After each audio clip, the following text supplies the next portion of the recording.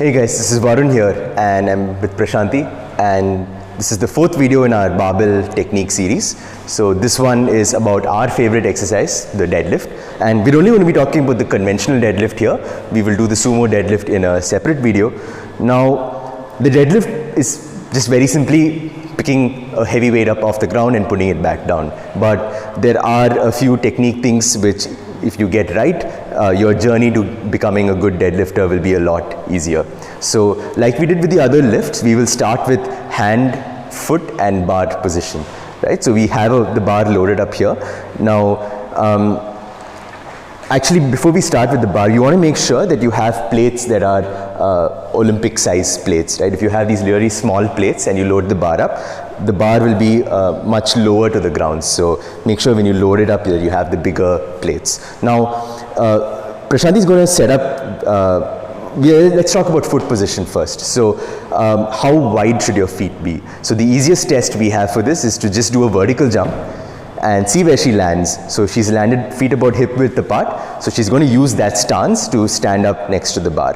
Her feet are pointed fairly straight, right? So maybe there's a little bit of turnout. This is more of individual preference, but you ideally want to start fairly straight. As far as her hand width goes, she wants to make sure that there's a straight line from her shoulders down to her wrists. So if you come to the front, you'll be able to see a nice straight line. Maybe there's a little bit of bend here, but what you don't want is to go too wide with both your legs or your hands or one of them. So you can see here Prashanti's legs and hands are super wide, and the reason we don't want this is when her legs go wide, they're just not a very efficient position. Imagine jumping from here, you're not going to get very high up. So when we want to put force into the ground, we want to make sure our legs are pretty much under our hips. And the reason we don't want our hands too wide is because this ends up increasing the range of motion, right? So if she picks it up with her hands so wide, she effectively adds about 6 inches to the distance the bar has to travel. So if you're working with heavy weights, that's unnecessary work that you don't need to do. So in terms of where her hands should be, Prashanti is on the smaller side, so she can actually go really narrow, right? And if she does that, it's fine, but you'll also notice that most barbells have a knurling. So you can't quite see it on video, but there's a smooth and then there's a rough part of the bar where there's knurling on it. So the knurling is ideally where your grip is going to be more secure. So Prashanti is going to get her index fingers on the knurling and then lift.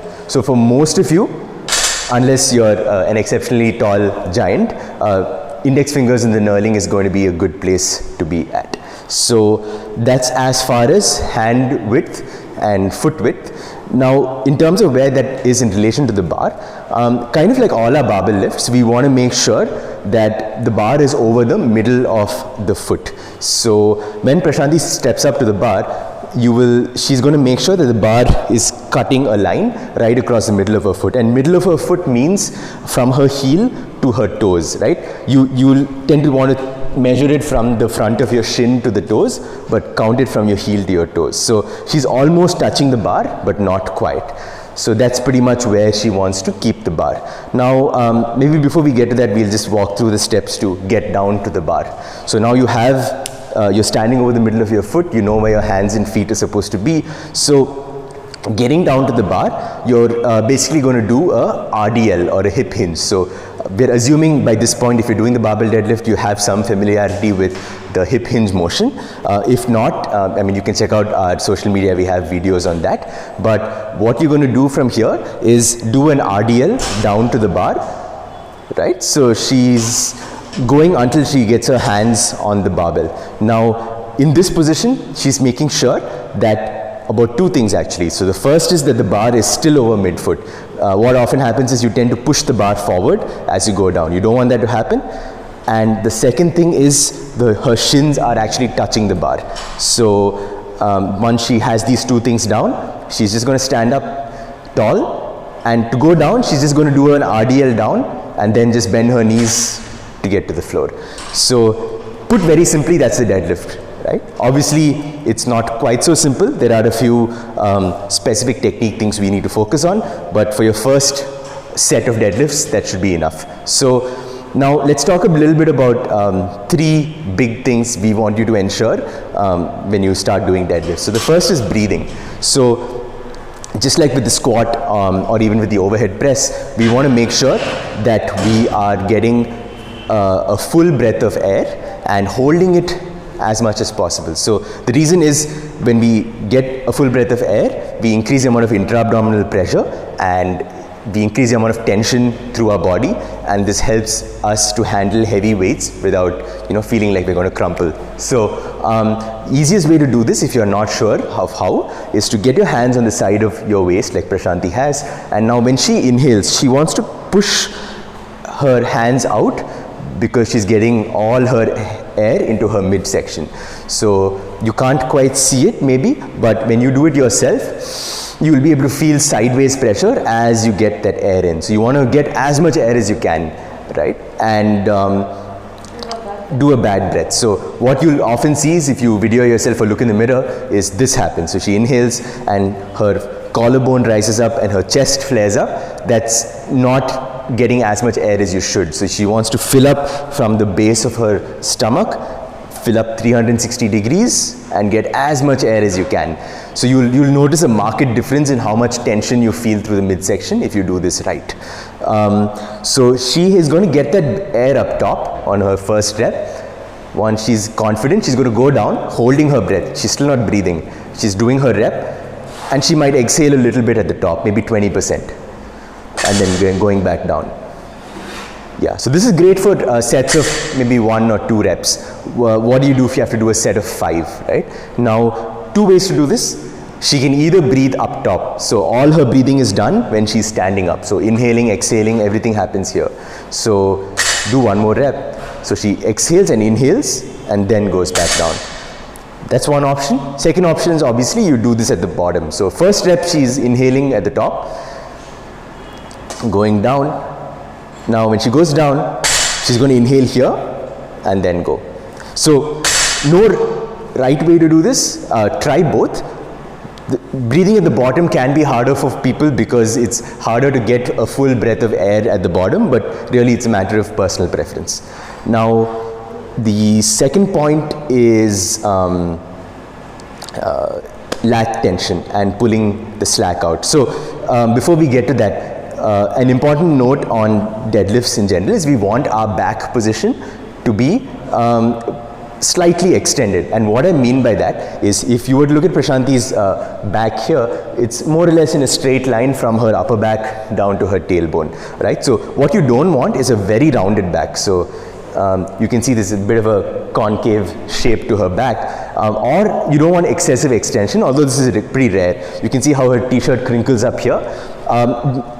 Either of these 2 extremes, they're just not very efficient. They're going to limit how much weight you can use. So maybe let's do a rounded back deadlift and we'll show what happens. So if you do this, it'll feel fine when you start, but when you finish, you're going to have a really hard time locking out because you're relying on your small back muscles to basically carry the whole load. So we want to make sure that we're in what's called slight extension, right? So if you draw that straight line down her back, that's where she wants to be.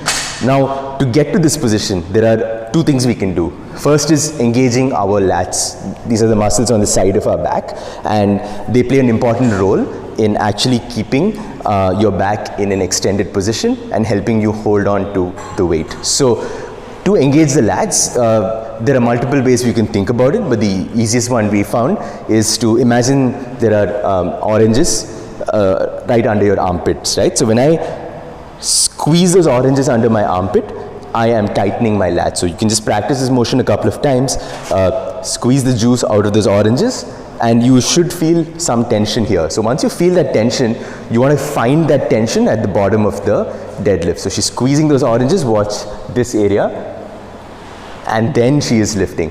So you notice how when she does that, her back automatically sets itself into a good position. So get those lats engaged, and the other thing you want to be doing is pulling slack out of the bar. So what do we mean by slack? Slack is basically the go down to the bottom, and you'll notice when Prashanti almost lifts the bar up, there's a click. Yeah, you probably heard that little bit of a click. So that's the sound of the bar the top of the bar hitting the plates. There's a little bit of a gap there. And the reason we want to get the slack out is when we work with heavy weights, if there's 100 kilos or so on the bar, if you don't pull the slack out, you will suddenly end up with 100 kilos in your hands, and you will not have enough tension to handle that. So maybe do like a yank kind of rep, and yeah, so I mean, Prashanti is such a good deadlifter that she makes that look good, but what will happen is you'll tend to round your back and you'll have a hard time finishing the rep. So the fix for this is to think about getting that slack out before you start. So this 35 kilos here, she's going to get 34 kilos of tension onto the bar. So it's almost lifting off the ground, and then she's going to stand up. So there's no click actually when she lifts, right? So get just enough tension. If there's 100 kilos on the bar, you're going to get 99 kilos of tension before you lift it up. So that's a good way to ensure your back is in the right position. And quickly talking about back, right? It is completely okay to feel your back during deadlifts or even after the next day, because the deadlift ultimately is still a back exercise. So it is completely normal to have soreness, whether it's in your lower back, upper back, mid back, all of that. So don't panic if that happens. You also are working your hamstrings, glutes, forearms, everything, but the back also is a big part of the muscles that contribute to the deadlift. So the lockout, yeah. So the final part is the lockout, right? So this is where we actually often see people leaving a lot of weight in the tank, because what tends to happen is the lockout tends to be very slow and sedate and not aggressive enough, and they tend to use their back to finish it rather than their hips. So I'll have Prashanti do a bad rep and show what I'm talking about. Yeah, so do a little slower actually. We'll do one more bad rep. So you'll often see folks kind of slow down a lot at the top of the deadlift, and then there's this very painful looking lean back like this, which is very unnecessary. So when we finish the deadlift, we want to think about two things: fast and hips. So we want to move the weight fast because that intent is very important on deadlifts, and it will give us confidence when working with heavier weights. And we want to finish with our hips because at the top, your hips are in a great position to contribute and actually help you maintain balance. If you lean back like this, you're relying on your smaller low back muscles to support you, and they're not very strong at that. So I'll have Prashanti do a few good reps now. So I want you to notice A, speed, and B, how she's finishing with her hips. So there's a lot of aggression, and she finishes by slamming her hips into the bar, right? And just hold the top for a second actually. So when she finishes, she's just standing up tall, right? So it's a good straight line here, and it's an easy position to hold a weight for a good amount of time. So you can put it down. So those are the three big things that you want to check off when it comes to your deadlifts. I guess we can also talk about intent a little bit more. So deadlifts are meant to be done with an intent to move the weight fast, right? Obviously, if you're like you want to kill somebody. So if there's 100 kilos in the bar and you've never moved it before, it may not actually move fast, but your intent should be to move that weight like it's 20 kilos. And the reason this is important is because, like I mentioned before, it's going to give you confidence with heavier weights. And the second thing is, from a physiology perspective, you tend to use, if you think about moving a weight slowly, you're not going to use some muscle fibers. So these are called the fast twitch muscle fibers. So some of your muscles, like in your glutes and hamstrings, they have a lot of fast twitch fibers, which if you move the weight slowly, you're never going to kind of access them. So the quicker I move a weight, the more muscle I'm going to engage, and the better my deadlift is going to be, the more I'm going to lift. So intent is really crucial. Always, whether it's your warm-up or your last set, always think about moving it as fast as you can. So I think that's pretty much it. I think I missed covering the grip and where to hold the bar. So when you hold the bar, what we often see is a little bit of finger gripping. So you'll see this happen. So even if everything else in the deadlift is great, if that happens, that can be a problem because you're just not going to be able to hold on to enough weight. So what we want to be able to do is get the bar sitting on the base of, not on the base, on the top of our palm. So I'm just going to have Prashanthi grip again, and if you can get a little closer, you can probably just see that her thumbs are wrapped around the backs of her fingers, and she has a good tight grip, and that's where she wants to pull from. So the bar is sitting in her palm and not in her fingers. So another point is the mixed grip. So we've shown you what's called an overhand grip, where both her palms are facing the same way. Now there will come a point where this gets too hard to hold on to, where your grip is a limiting factor. When that happens, you want to switch to what's called a mixed grip. So she's going to turn one palm, whichever one feels more comfortable. For Prashanthi, it's the left, and she's going to turn it forward, and then the rest of the deadlift is the exact same. Nothing changes. So the reason we do this is simply because it provides you a little bit more stability in your grip. You can handle far heavier loads and you won't feel like the bar is slipping. The one thing you want to make sure with the mixed grip is the bar will tend to windmill out one way. So you want to make sure that the palm that's turned forward, you engage that lat a little more purposefully, because it can often tend to get a little bit loose. So you'll feel a little bit rotated. So mixed grip, when you feel like your regular grip is going to give way. I think that's about it, right? Should we just do the mistakes? Okay, so I would say the first big mistake is the one we just spoke about, finger gripping. So you know the fix for that already. Get it set solidly in your palm. Second big mistake is pulling with the hands. So I'll have Prashanthi do a bad rep, and what we often see is when people get really charged up for deadlifts is you'll tend to see a lot of elbow bend kind, especially at the top and when they start the lift. Now, the reason this is not good is the deadlift is not a arm exercise, right? Your biceps, however magnificent they might be, will not overpower your hamstrings. So we want to make sure your arms are just a vehicle for your hips and hamstrings to actually do the heavy lifting. So the other point is it actually increases the distance the bar has to travel by bending your elbows. So the fix for this is when you set up, you want to start with your hands elbow straight, and she's actually going to take a second to reach down further and then inch her hands towards the floor. So now you'll see her elbows are going to be locked out. She's going to focus on that as she does her rep. That usually works well to fix that elbow bend. So next big mistake I think is squatting the deadlifts instead of making it a hip hinge. So usually this is related to not keeping the bar over the middle of the foot, but I'll have Prashanthi do a bad rep. So you'll see where the bar is pushed forward and it's actually almost over her toes right now, and then she's going to lift from there, and it's kind of like a squat when she does the rep. And with 35 kilos it's fine, but if you have a lot of weight on the bar, you're just going to end up rounding your back. So this usually happens when the bar is not over the middle of your foot. Okay, so when you go down, make sure you're not pushing the bar forward, but you're actually keeping it in the same spot where you started from.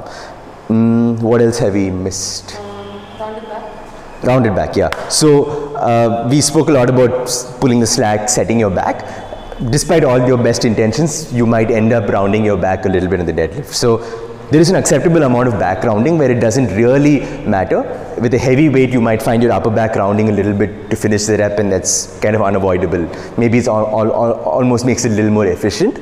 But if you find that your back is really rounded, you're just going to have a really hard time finishing the rep. And lockout is just going to be a real struggle. So the way you fix this is to just couple of ways actually. So you want to reinforce pulling the slack out a little bit more. You might not be doing that enough. Second thing is making sure the bar is actually over the middle of your foot. And finally, what you can try is actually looking up a little bit more. So Prashanthi is going to look maybe 10-15 feet in front of her. And what looking up does is it puts your back into a little bit more extension naturally. So you usually when you round your back, folks tend to be also staring down too far.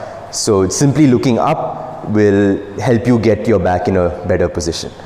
So soft knees on lockout. So the final mistake I think is the lockout, where I'll have Prashanti do a rep. You'll see a lot of knee bend, and she kind of leans back to make sure the bar is balanced. And the reason that's not good, I mean obviously it just doesn't look very good, but the other reason is your hips are not really helping you hold the weight at the top, but it's a little bit of your knees and a little bit of your back.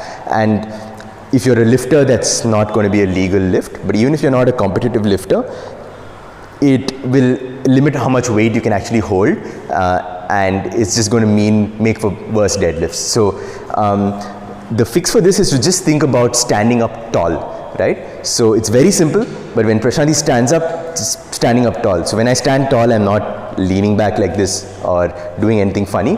It's just a straight up and down motion. So ensure that you are simply standing up tall and holding the weight for a few seconds actually. So if you can hold the weight at the lockout for 3 seconds, you're probably in a good position, because if you're here, it's just going to feel really horrible to have to hold it. So that's the way we usually fix that bad lockout. We talked about the bar floating a bit on the way up and down. Yeah. So the one thing we want to focus on, and that often doesn't happen, is we start in a great position with the bar touching our shins, but as you go through the rep, you'll find the bar tends to drift away, right? So if you video yourself, you'll see the bar kind of moving forward and back in an arc. Now, remember, we want the bar over the midfoot, so when the bar drifts forward, that's just very inefficient. It's going to limit how much weight you can use. So easiest fix for this is just keep the bar in contact with you all the way up through the lift, right? So you want to feel the bar contacting your legs at all points, even on the way up and the way down. What might even help is do, kind of like Prashanti did there, is do on your warm-up sets, do slow reps. I know we spoke about intent and being fast, but sometimes that can get in the way of actually keeping the bar over the same position. So she's going to go maybe 2 seconds up and 2 seconds down, making sure that contact stays. So if you do that on your warm-up sets, usually it's enough of a reminder to not go away from that on your working sets. So have I covered pretty much everything? Okay, so those are the basics of the deadlift. We will cover the sumo deadlift in a separate video. If you have any questions, let us know. And yes, thanks for watching. We will see you on the next one of these.